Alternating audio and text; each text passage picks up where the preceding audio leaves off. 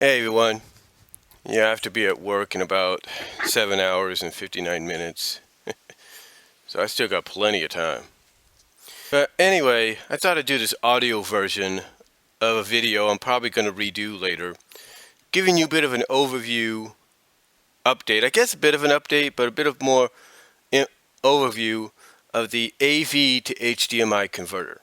Now you might recall that I did a video recently, about a couple weeks ago, a month ago, where I did an overview / review of the mini HDMI to AV converter. Now the mini HDMI, the mini, sorry about that, the mini HDMI to AV converter, for anybody that's wondering, does put out good picture. It does put out good picture. The only problem I will say is this. If you play a game like WWE2K16, and you like to go on community creations and on the logo manager portion of the game where you want to upload your picture or your logo into the game so you can place it in your arena or on your character or on the championship that you're creating, unless you have the Creator Studio app, the best option is to do the logo manager online. You can find that. You can Google WWE2K16 logo manager, and what it's going to ask you to do is, it's going to ask you to put in a code. It's going to ask you to put in a code. This is just like last year's version or the previous version. It's going to ask you to put in a code, and what it's going to do, and it's going to give you this code when you press the X button on your PS4 or the A button on your Xbox One. Now, long story short, if you're playing your PS4 or your Xbox One on your regular television, courtesy of something like the mini HDMI to AV converter, if the Xbox One is capable of doing it, just like the PS4, what you're going to have to do is go to your sharing button on your PS4 and whatever button it is on the Xbox One controller, and go to the sharing button, press the sharing button, and basically save a screenshot of that picture. And then what you do is you go to the option of sending it to your Facebook page, to Facebook, but my advice, select only me for the picture to be sent to, so only you could see the picture and get the code. That's the only disadvantage, is sometimes reading the words, especially for codes and all that to do things, is a lot harder. Now, with that said, let's take a look. Okay, like I said, now with that said, let's take a look at the audio video, the AV audio video to HDMI converter. Let's take a look at this one. Now, one thing a lot of people that have grown up in the 80s, 90s, and all that, have basically constantly complained about in this digital age, especially when it comes to gaming or it comes to watching the old VHS tapes and stuff, is there's no way to watch them anymore. Everything is HDMI. There's no way to watch it anymore unless you have a component cable, which you can get if the system has that option. So you do have people constantly complaining, saying we can't do anything, like play our NES or play our old VHS tapes. Now we got to have them converted. Now we got to have them switched. And that's a common complaint, and a very reasonable complaint, due to the fact that a lot of people, even myself, would love to play our old Super Nintendo, NES, TurboGrafx games. Like I said, our old TurboGrafx games on high definition. The only problem is we don't have that option right now due to the fact, or we don't have that option anymore, like I said, due to the fact that everything is digital. Everything is either component or HDMI. There's nothing else. There's no other options. But then leave it to several electronic companies, or small major electronic companies and all that, or independent electronic companies, what have you, small, major, what have you, to come up with a solution. Leave it to people like Front Tech or Tech Front or whatever they're called to come up with a solution, companies like that, to come up with a solution to that problem, to an answer to that problem, by giving us these converters. Now, there are some of us, believe it or not, that don't have an HD television or even a 4K television, what have you, in our house yet. That is true. That is true. You don't believe me. You don't believe me. If you would have walked into my late grandma Lois's house back when she was alive, you would have seen she did not have no high-def television. She had the old school television. Basically, the only way you'd be able to do anything Blu-ray and PS4 wise with that is to basically, like I said, get the mini HDMI to AV converter for it to work. That's the only way. That's the only way. Now, getting back to the AV to HDMI converter, you know, on the opposite side of that, there's a lot of us that, like I was saying, are upset that we can't do those things anymore. We can't watch those things anymore unless something like a VCR or something like that has the option of component. But we always have this desire to want to see certain things in high def. We want to see the screen get filled up. We don't want to deal with the boxed in look, because then we have to go to our remote control for our television, and we have to choose the wide option or the full screen option or what have you, or the zoom option, and we don't like that. We want it to automatically be. Well, like I said, leave it to companies like Tech Front or Front Tech, whatever they're called, and others like them, to bring out these mini converters that answer the call. Because basically what this one does, and I'll probably do a video version of this as well, like I said, but what this one does is it takes any signal from the audio video based system and converts it to high definition. However, as great as that sounds, and believe me, I've tried it on my GameCube, my Dreamcast, my PS2, I've tried it even on my Atari 2600 flashback plug-and-play system, and they all look great. They all look tremendous. Picture quality is perfect. However, there is one hiccup, and I think this is where systems like the Retron series comes into play. See, the only hiccup that there is when you try to play your Super Nintendo, or maybe your NES, your Sega Genesis, your 32X on your Sega Genesis, your Sega Master System, what have you, and perhaps your TurboGrafx system, maybe even your original Neo Geo. I'm not saying that's the case, but it seems to me that just by playing the Super Nintendo on this system, that when you're playing a cartridge-based game, and the video signal, the information is coming from those little pings that you connect, interlock when you put the game into the system, that the signal, the information that's coming off those pings and being sent through the Super Nintendo into the audio video to your television, or your RF coax cable, whatever you have you, to your television. It seems that when you try to do that with the HDMI, with the AV to HDMI converter, that you'll get a good picture. You'll get sound and everything. You'll be able to play the game. You'll be able to see the game. But it'll be like if you left something like a book or a picture out in the sun for too long, and a lot of the color ends up getting faded because of the sun. That's right. You'll still be able to play the game. You'll still be able to see the game, aim and everything. But the only problem is 90% of the color will be like it's been drained out by the sun. Like the sun basically faded it out, and all you have is 10% color. You'll get a picture that basically fills out the entire screen. And like I said, you'll be able to see that and everything.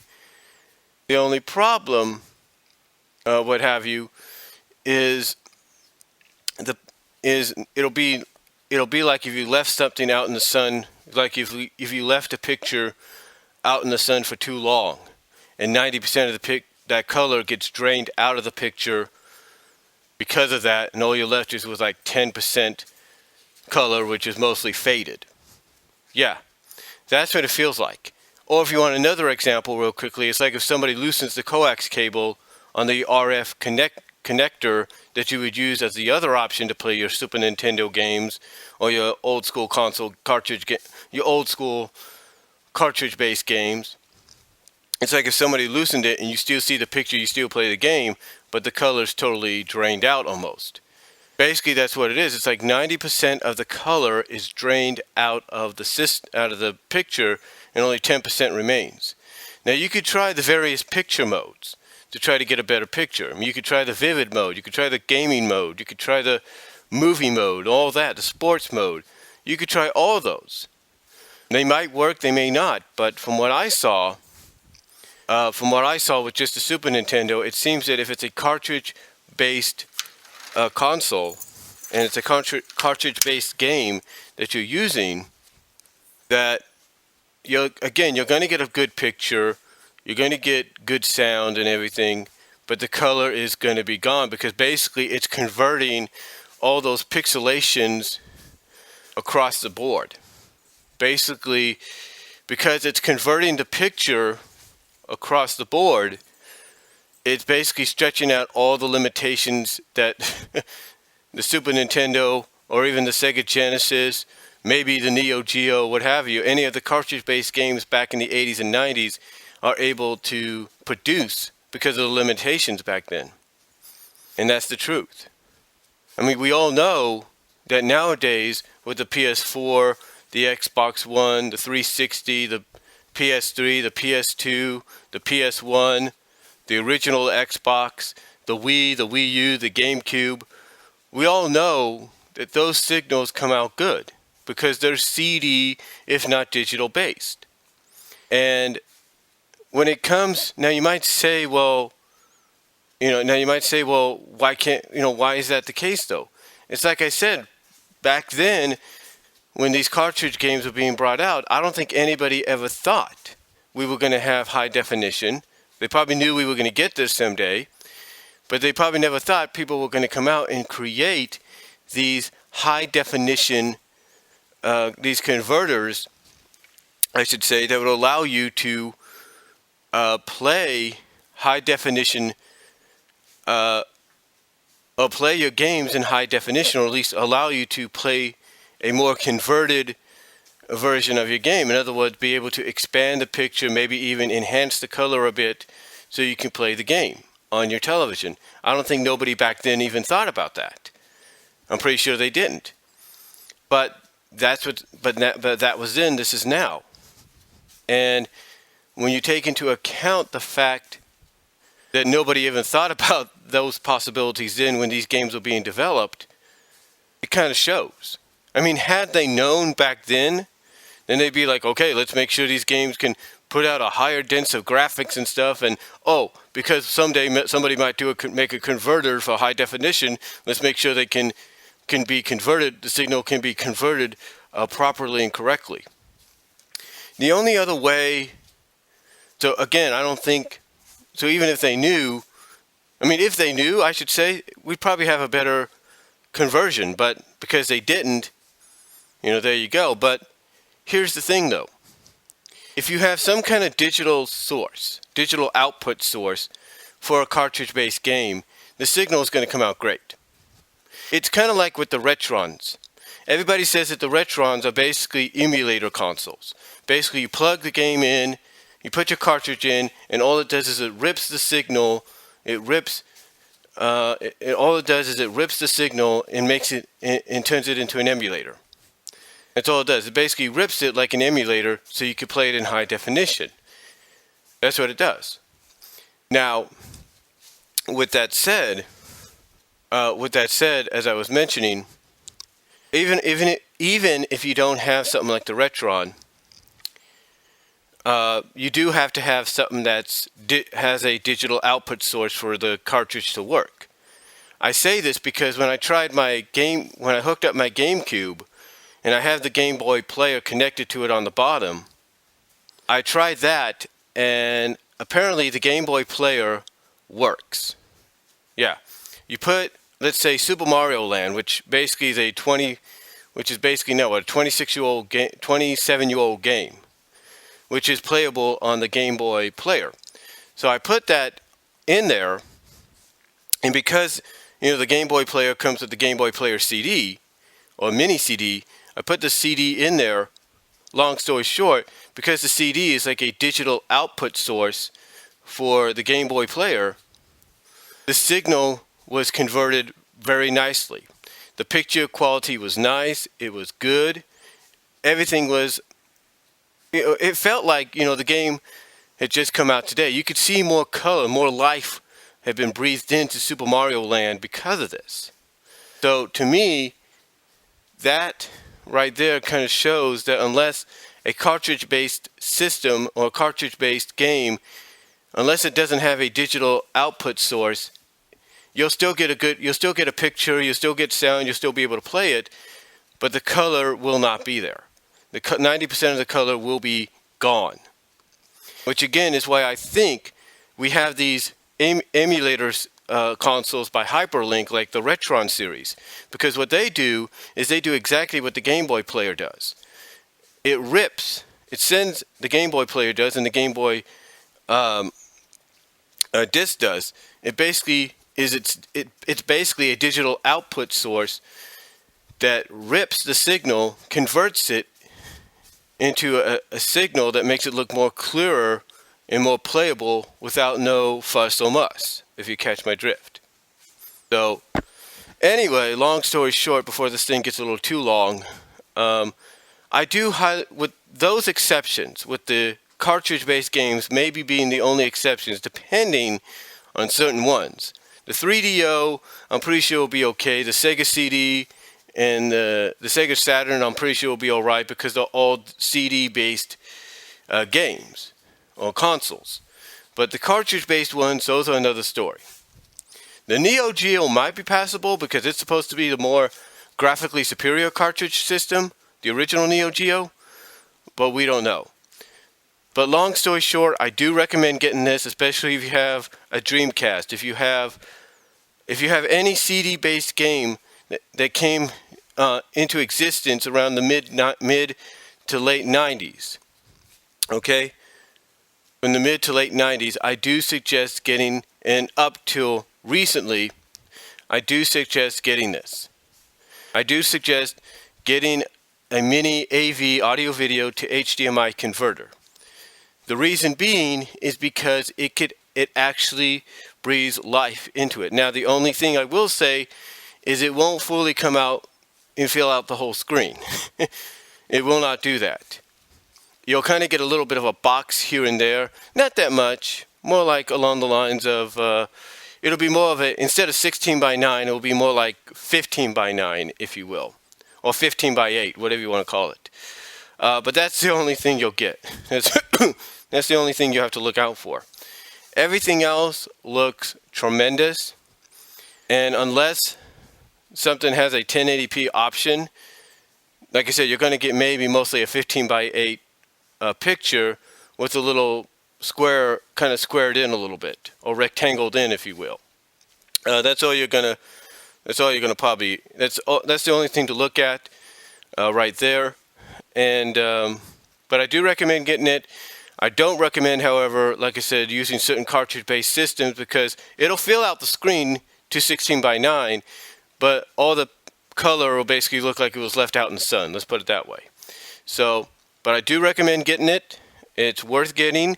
You could get it for around 20-something bucks, maybe cheaper, but it's worth having, especially if you have CD-based consoles like the GameCube, the Dreamcast, the 3DO, the Saturn, the Sega CD maybe. That's a possible exception.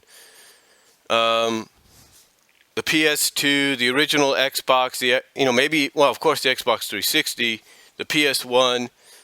Basically, these are systems that will, I think, benefit for that. Not that I think, but I believe will benefit from my own personal experience with the GameCube, the PS2, and the Dreamcast.